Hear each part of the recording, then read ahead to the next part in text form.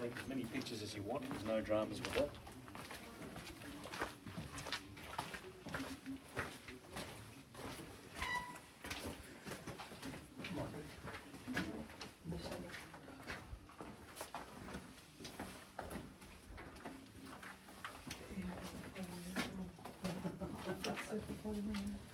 We've had to put the chain up because a lot of people end up taking off. And we're building up for Easter, so Easter we're going to be pretty busy. Yes. We've got at least 7 tours booked. I wouldn't be surprised if we put more on as well.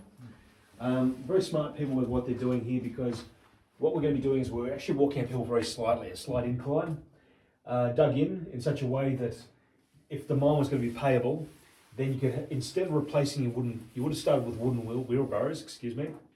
So wooden wheelbarrows, and then you can put tracks down, you can actually move the ore around a bit quicker. So you might be able to string a few of them together. Yeah. So yeah, if you've got a question, there's no such thing as a silly question. If I can't answer the questions, I'll just make them up, all right? And that's my poor humour to begin with, so. Okay. Push the heavy ones up and let the heavy ones come down themselves. Yep.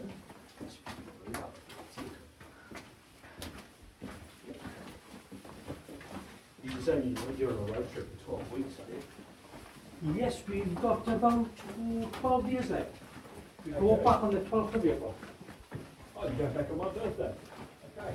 My birthday on the 10th of April, so I'm having my birthday in London. I've always wanted to do that. Yeah. Oh, fantastic. What have you seen so far? Started off Melbourne, north of Melbourne, the Marine River, into the coast, east coast, all the way up to Brisbane, then back to Brisbane to see the Edinburgh Tattoo, and the Suncorp Stadium, and we've been zigzagging all over the place. Cooler. We get bitterly cold here in winter. It's pretty to the point we have to wear gloves and thermals, 2 pairs of gloves. We've got heated jackets now to keep us warm. Yep. Now, to make up to this point here, from where we've just walked, it actually took the mining company about 2 years to make it up to here. In that whole 2 years, they haven't found any gold, and you have to try and keep a lot of people very patient. Not always an easy thing to do. So 2 years, coming through here at the rate of like 1 metre per week. If you look up in the ceiling, you'll see these marks above your heads, and they had a system called hammer and tap. Do you want to give me a hand? Yes. You think I'm joking, don't you? I'll get you to stand over that side where the pickaxe is. All right, so I'm just going to give a demonstration how they used to do this job. And to do that, excuse me, you then put like this tap here, and then you got your mate standing opposite you holding onto the tap like that. That's where you got your hammer rush from. Yep. So what was your name? John. John. Okay, jump on for a sec, John. Jump on. No, come on. You mean as in? Yes. Yep. Well, I'm left-handed, so. Oh, okay. I'll do a left-hander's job in a second. Now, was his healthcare insurance paid for before we left? I think you all said that. I'll take the hammer rush over the years. Good. Now, to do this when they worked away, to work like that, to tap it, was going to be deemed too slow. What they want you to do is come through here with a powerful swing, striking, bang like that, and then you're here to twist it and turn it. You're going to turn it back towards you or away from you. 1/4 rotation. I then come in again and strike it. You're going to turn it. So strike, turn, and you keep doing that till you have about this much of the tap left over the edge. It gets a little bit hard to hold on to that point. Now, when they did this job, they were doing it under candlelight conditions. A very smoky, smelly, stinky candle, and because they were tallow candles made from like a byproduct from animal fat, and they were quite something to breathe in. So not exactly a great beginning. Conditions just get worse and worse.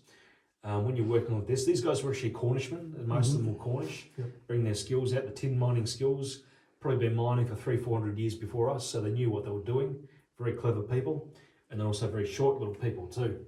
So when you can't see what you're properly doing, what happens would be that you might take a big powerful swing.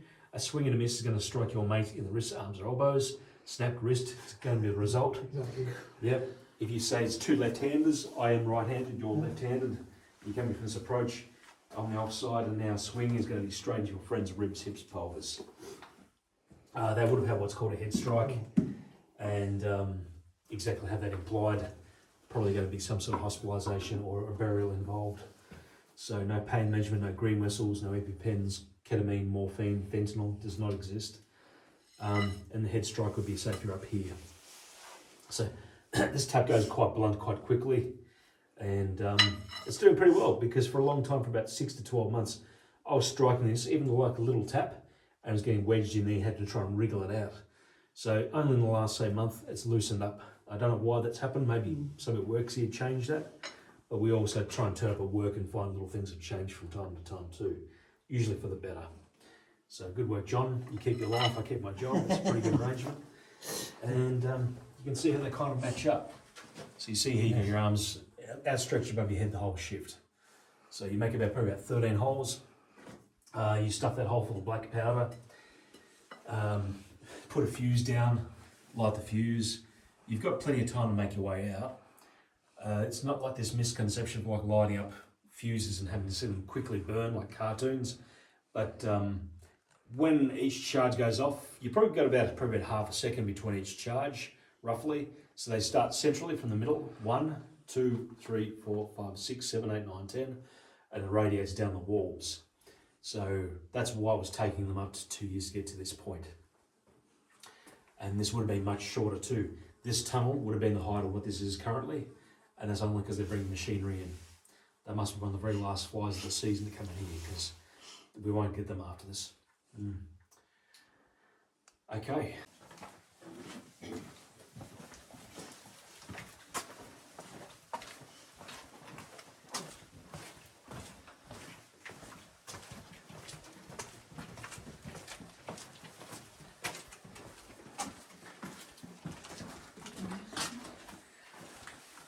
Now this is it. That's what I was seeking out all along. It's called Cohen's Reef. So that was soon to be known pretty much in every stock exchange around the world. Excuse me. Now it's about 2 to 3 feet in width, but it does extend from one extremity of the end of the town to the other, about 4 kilometres. So you got around to the north, you've got a place called the Chinese Gardens, and the Free Camp, which is the North Gardens, and it goes right down to where the railway station is. So other parts, thought it'd be a good idea to get rid of the perspex so you can actually see through here. We don't know much about this. I have no idea what's going on unless there's other people that work here too. Some of my colleagues may know, but I think they're the same boat as me. Maybe the only reason they kept continuing from this way and through here was in the hope they were going to find a second reef. If you compare us to Bendigo, we went up there in November last year, and the Central Deborah mine is one of the many mines they had, and actually working about 32 different reefs. In here itself, just this is the one single reef, and that's all it was. So when they opened this up, they found like a leather button in there, a few other little relics, and we do think it was just a continuation looking for the second reef. That's all we can guess. As you can see, it's very short in there, very low, hard to get into. You might feel a little bit of a breeze coming from here. This is the second ventilation point they put in here. Now just remember this, when we get further back down the back, you'll realise that how the scale of the mines were and the ventilation shafts, that kind of thing. And we could get it if we needed to. It wouldn't be my first choice. That would be last resort, because it's very narrow. You'd have to crawl up on your belly to get out there. And there's like a contractor is the word I'm trying to think of. And she said, no, I've been in the office the whole time. And I was just standing just over there, looking directly back down there, saw the two shapes, looked like two people. It was only like spread 5 seconds. And we also smelled tobacco smoke in here too. Like some people have been smoking a cigarette or something like that. This is the next thing that we move on to. And as I was saying to you before, maybe, that they're using candlelight. So a tallow candle, very smoky, very stinky things. I've never really lit this up to smell what it's like, but this one's probably not a tallow candle, I'm not sure. If we know the power's going to go off in advance, we will light up candles before the public come in. And we've probably done that probably about 6 or 7 times over the years too. So sometimes the power drops out. It's more when you have big storms, because our power is actually underground from here to Rawson. A lot of people don't know that. and a fresh candle would probably be about twice the height of this. So we had a wallaby that got in here and it died. We knew some creature had got in here, and for about 3 weeks you'd smell this really bad pungent smell in here. We knew it was an animal of some kind that had died, and Richard, who works here too, he actually discovered and found and took it out of here. So for about 3 weeks it was a pretty horrible place to be here. You don't forget things like that. And the holder itself was called a spider. I didn't already tell you that. Knock it into wherever you work, give it a bit of a tap. It's all pretty secure. Then you can put your candle in, away you go. Everyone was quite superstitious in here. One of the superstitions they had was the Chinese, that they didn't really like going to places that had square corners. They liked rounded things because they had a belief that spirits could lurk in corners, specifically evil spirits. And even the English had their own superstitions too. And one of them was the something called, I don't know if you've heard of this before, called Tommy knockers. Does that sound like something you've heard? I've heard the name before. I don't know if it relates to Cornish or somewhere else in the UK, but it was almost like an equivalent of like leprechauns. They said if they left them little crumbs, feed them, keep them happy, and they'll look looking after them. If you said that to your doctor now, you're probably going to be misunderstood. Yeah. But back in the time, that's the kind of thing that they were talking about. So yeah, pretty brutal. You'd start off the drills. The drills change from the hammer and tap, but you start working at the age of 15. If you get to about 20, 21, you're doing pretty well. You get to about 31, 32, you're now pretty much an old man at 31, 32. They then give you a job outside called topside, and you shouldn't have to return back under again. So yeah, the conditions were pretty bad. And as I already told you, the condition was silicosis, but they did call it miner's lung, miner's complaint. Same effect like a cheese grater, shredding lungs up. So if you made it 32, you've done extremely well. Even if you made it to 21, you've done pretty well too. Good, go and buy yourself a good ticket on a good horse, racehorse or something like that, because you survived. Now, the tooling changed a bit with the introduction of a pretty solid drill bit. That's like got a tungsten tip on the end. You have a hollow center here, a hole at the side, feeding through a hollow center out here. And they figured, what if we add water to the mix to stop the wear and tear of the tungsten tip? It didn't really do that very well, but they did discover, actually cut down all the dust. It actually revolutionized mining, so that actually changed quite a bit. And anyone in from America, this is one of the better things that ever came out of America. And that's not as funny as I thought it would be. That's all right. This is Ripple Rock here. This is quite unique. You don't really find this kind of stuff happening in mines here, but we've got this here. Now, this rock is so old, it actually predates fossils. Only the people who work here, basically. Now, that would have been flat at some point, and what's actually happened when this is all volcanic activity forming the hillsides around us, these hills would have been so tall they would have been bigger than the Himalayas. Through the course of about 400 million years, it's all been like eroded and smoothed down a bit. So everything was flat. It's all been pushed together and twisted quite violently like this. And what we call the grain of that rock is called strata. So that's north, that's south.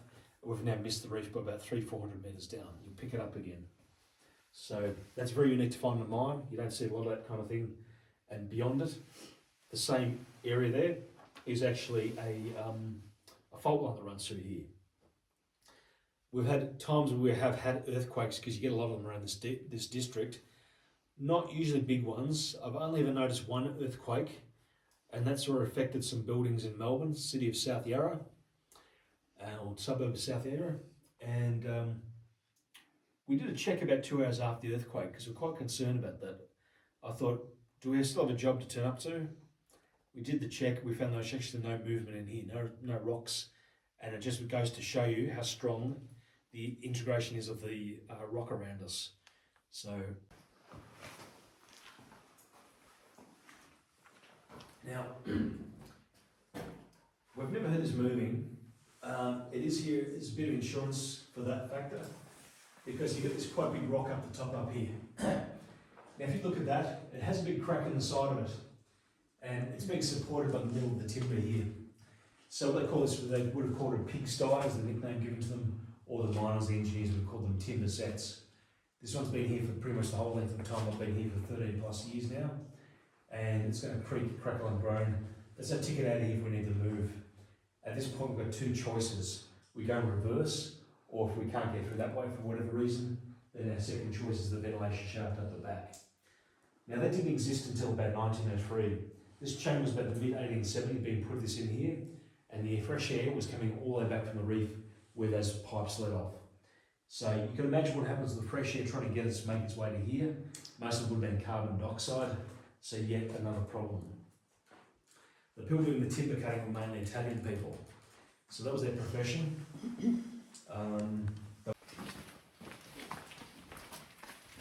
So 4 more boilers in here. Number two is just there. Number 3 and number 2 that sat upright in here. That was the chimney that took all the smoke out. If you look through there, you'll see that it's all been bricked up. And they decided to brick it up because it was causing issues with it. Basically, rock, water, heat were not a very good combination. And it's like if you throw a river rock, not this back like this in the UK, but if you throw like a river rock that could have water into it, if you throw it into a fire, they boil and they can explode. It was always drummed to me as a child, don't do that, and that's something that stuck with me from my childhood up here. So I grew up here, I knew the old guys in the 80s and the 90s, and they're all pretty much passed on now. So it's always been around in this place. There's 2 versions of me, child me and the adult guy me. This room is only 1/3 of what it used to be. It used to extend right back behind the mountain here in 1986. Now in that year, we had a pretty bad accident here where Paul Steinbacher got killed. And we can't go any beyond this map any further anymore. So it was a very large room. I would have seen it numerous times before the accident. I would have been 9 years of age. The thing is, I'd have no memory of it. Otherwise, I probably could possibly remember it. I'll just show you how we walk today. Now, we basically start our journey from here. And we've been walking along here, and we are currently standing right at this point here. We cannot go any further this anymore. Beyond the lower depths, the locals would know that we've got the Eureka Tower in Melbourne, which is about 1 tower, once, twice, 3 times down the depths that they went. So it's not currently the tallest tower in Melbourne. I think it's been replaced by another one. But this is like on South Bank up in the city. And they sunk this down here to try and radiate outwards to look at for the gold-bearing quartz, which is what you see this whole shaded portion through here. Now it was patchy down the south end of the town. They had the Emperor shaft here. It would have made a few dollars out of that, or a few pounds. The money was good. You put out £5 shares out to the public. Hopefully the public would buy the shares. That's how you get a mining company going. And then you can pay the miners their wage they need, and a dividend would go back to the shareholders. A bit like you guys. So, you know, life was pretty good for the average miner. It would have been pretty lawless in the first few months, first couple of years. There would have been police here on site. It wasn't a place for families, but when the town did start growing up, then the families followed the miners behind them. And just turned into a very pretty town now compared to what it was with lack of trees and smoke pollution, smells, sights and sounds. You had suburbs around us. You had like a suburb to the north called Black Diamond. So Black Diamond was that direction. Mormontown over here, Maidentown, Happy-Go-Lucky. How'd you like if somebody asked, where do you live? What's your address? You say I live in Happy-Go-Lucky Road, Happy-Go-Lucky. What a great name that is. We've just recently discovered a family up there. They're up there hiding out, well, not hiding out, in a hotel. That's as much as we know at this point in time. We're going to have to look into it a bit more. Yeah. So, yeah, amazing stuff. All the rivalries between the townships and all rivalries. It's like that back and home where I live. For every engineering and welding skills and stuff like that, I had lungs of a 90-year-old bloke, and I used to go through 2 inhalers a day. Now I'm out of bed. I just have 2 squats in the morning, and I'm great. But that was all welding fumes. Dust and grinding and everything. That's what I know what it's like, because 6-7 years ago I had lungs of a 90-year-old bloke. And you've recovered a bit more. And I've definitely. Oh, good. Yeah, once you're away from it, you sort of don't realise. That's why I got out at 61, because I don't think I would have reached 66. Yeah. We've just recently discovered most of us work here. We've like a got a vitamin D deficiency. So taking supplements for that at the moment, but there's about 3 of us at least that have the same thing. And then you just don't get much direct sunlight here in winter, so it gets really cold up here. Maybe not in UK standards, but for me, I get quite cold. Now, out of all the misery, things got a fraction bit better. They start bringing meal breaks and things like that. They would have called this a crib room. Crib was short for a name called cribbage. It could be you could basically bring in a billy of cold tea, bit of bread, bit of meat. That's good what would feed you. And this would have originally connected up to the main chamber. And I don't remember it. It's a long time ago. Unfortunately, our last attempt of getting gold out here ended up in pretty much tears because Paul Steinbacher, the previous manager, who was about 29 years old of age, he fell through the floor behind the map in the chamber back where we've just come from. So that will be 40 years in September. I think it worked out on a Friday, so we'll see if any family comes up for the 40th anniversary. We get a lot of